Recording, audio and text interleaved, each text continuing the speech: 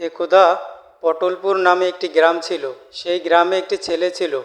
ছেলেটির উচ্চতা খুবই কম ছিল। তার নাম ছিল দবির। দবিরের মা বাবা বেঁচে নেই। সে ছিল এতিম।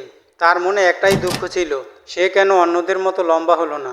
কেননা লোকে তার উচ্চতা নিয়ে তাকে নিয়ে হাসি ঠাট্টা করে। তবে গ্রামের দুইটি ছেলে ছিল, ফারুক আর রবিন।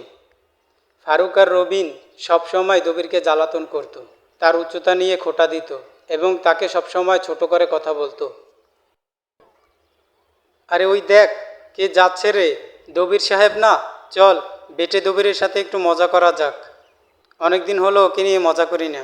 এই যে দবির সাহেব, দবির সাহেব এদিকে আসেন, দাঁড়ান, কথা আছে। আজকে যা মজা হবে না। কিরে বেটে দবির, কোথায় যাওয়া হচ্ছে? তা আমাদের কি চোখে বাজে না? আমরা তো আর তোর মতো বেটে নই যে আমাদের চোখে বাজবে না। কিরে? দেখো ভাই রবিন, আমি বেশি লম্বা হইনি, সেজন্য আমাকে অপমান করা কিন্তু ঠিক নয়। আল্লাহ আমাকে খাটো করে তৈরি করেছেন, এতে তো আর আমার কোনো দোষ নেই। আল্লাহ যাকে যেভাবে পছন্দ করেন সেভাবে তৈরি করেন, তো এই জন্য কাউকে ছোট করে কথা বলার কোনো মানে হয় না। আরে, এ তো আমাদের জ্ঞান দিতে শুরু করেছে। এই রবিন, কিছু বলছিস না কেন? দেখো ভাই, তোমাদের কাছে মাপও চাই, দয়াও চাই। তোমরা আমাকে বিরক্ত করো না, দয়া করে পথ থেকে সরে দাঁড়াও, আমাকে যেতে দাও। সারা বেটে দবির বড় বড় জ্ঞান দিচ্ছে। মানুষটার ছাই যতটুকু, জ্ঞান দিচ্ছে কত বড় বড়। বেটে কোথাকার! এই যুগের মানুষের মন মানসিকতা খুবই খারাপ। না, এবার একটা ব্যবস্থা করতেই হবে। এই অপমান আর সহ্য করা যায় না, এদেরকে একটা উচিত শিক্ষা দিতে হবে।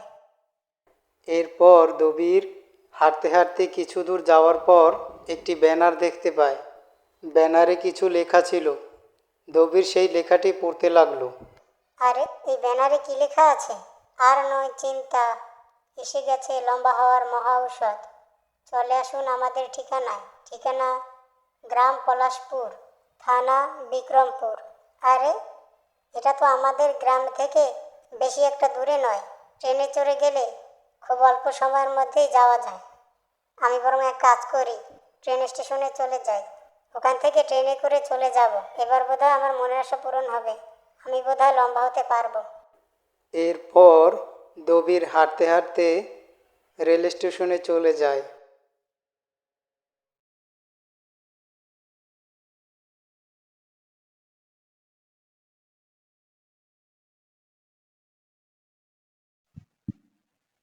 স্যার, পলাশপুর যাওয়ার কোনো টিকিট আছে কি? কেন থাকবে না? অবশ্যই আছে। কয়টা লাগবে বলুন। কয়টা নয়, একটা লাগবে। আমি একাই যাব। আচ্ছা ঠিক আছে, দিচ্ছি। এরপর দবির রওনা দিল স্টেশনের দিকে।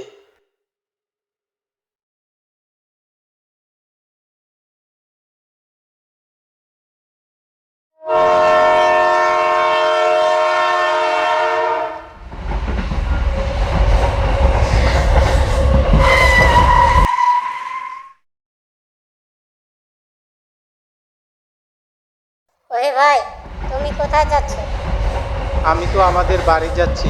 আপনি কোথায় যাচ্ছেন? আমি পলাশপুরে যাচ্ছি। ও, তাই বুঝি। আমার বাড়িও তো পলাশপুরে। আমিও তো পলাশপুরেই যাচ্ছি। চলুন, আমরা একসাথেই যাই। দুজন একসাথে গল্প করতে করতে চলে যাব।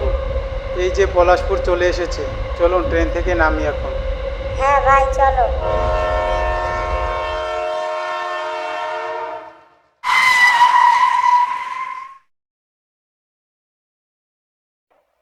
ভাই, আমি পলাশপুরে এসেছি একটা হসপিটালের খোঁজে, যেখানে লম্বা হওয়ার জন্য চিকিৎসা করা হয়। তুমি কি আমাকে সেই জায়গাটা চিনিয়ে দিতে পারবে? কেন পারবো না ভাই, অবশ্যই পারবো। সেই হাসপাতালটা সামনেই আছে, চলেন দেখিয়ে দিচ্ছি।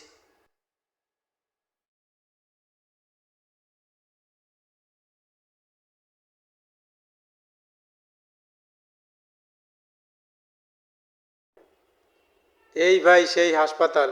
এখানে লম্বা হওয়ার জন্য ওষুধ দেওয়া হয়। আপনি যদি লম্বা হতে ইচ্ছুক থাকেন তাহলে এখানে যোগাযোগ করতে পারেন।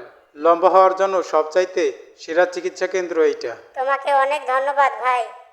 তুমি না থাকলে হয়তো এই হসপিটালটা আমি আজকে খুঁজেই পেতাম না।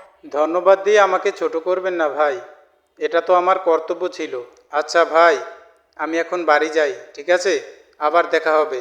আচ্ছা ঠিক আছে, তোমাকে অনেক অনেক ধন্যবাদ ভাই, আমাকে সাহায্য করার জন্য।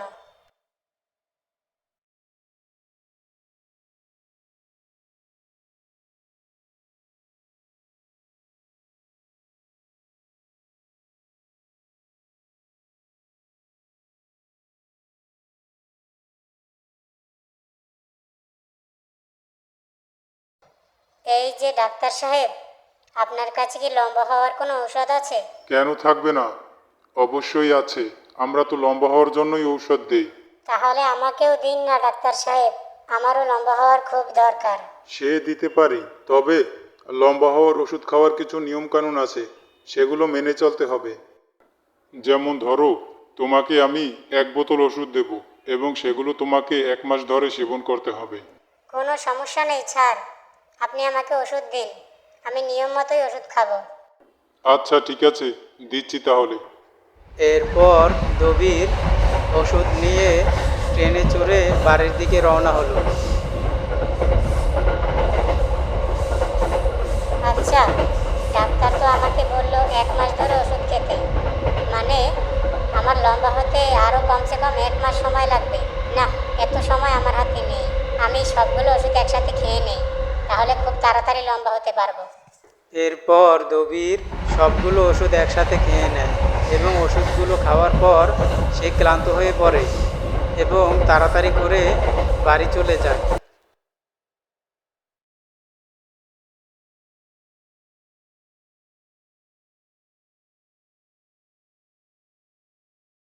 শরীরটা কেমন খারাপ খারাপ লাগছে, অনেক বেশি ক্লান্ত হয়ে পড়েছি, এখন একটু বিশ্রাম নেওয়া দরকার। এই বলে দবির ঘুমিয়ে পড়ল এবং কিছুক্ষণ পর সন্ধে গড়িয়ে রাত হয়ে গেল এবং তার কিছুক্ষণ পর দবিরের শরীরে ওষুধের প্রভাব শুরু হয়েছে। দবির সাইজে অনেক বড় হয়ে গেছে।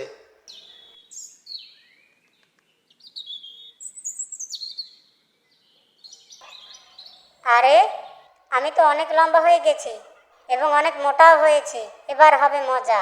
যারা যারা আমাকে জ্বালাতন করেছে এবং আমাকে অপমান করেছে, আমি সবার কাছ থেকে প্রতিশোধ নেব।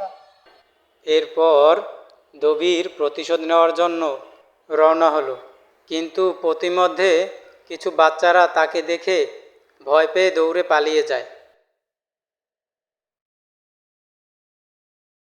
এরপর দবির কিছু দূর হেঁটে যাওয়ার পর দেখলো রবিন আর ফারুক নদীর পাড়ে বসে আছে।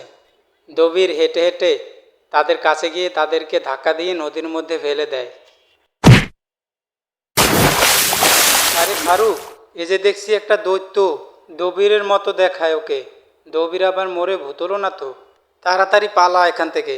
এরপর রবিন ও ফারুক সাঁতরে নদীর ওপারে চলে যায় এবং দবির মানুষকে ভয় দেখাতে দেখাতে একসময় ওষুধের পাওয়ার শেষ হয়ে যায় এবং দবির আবার আগের মতো খাটো হয়ে যায়।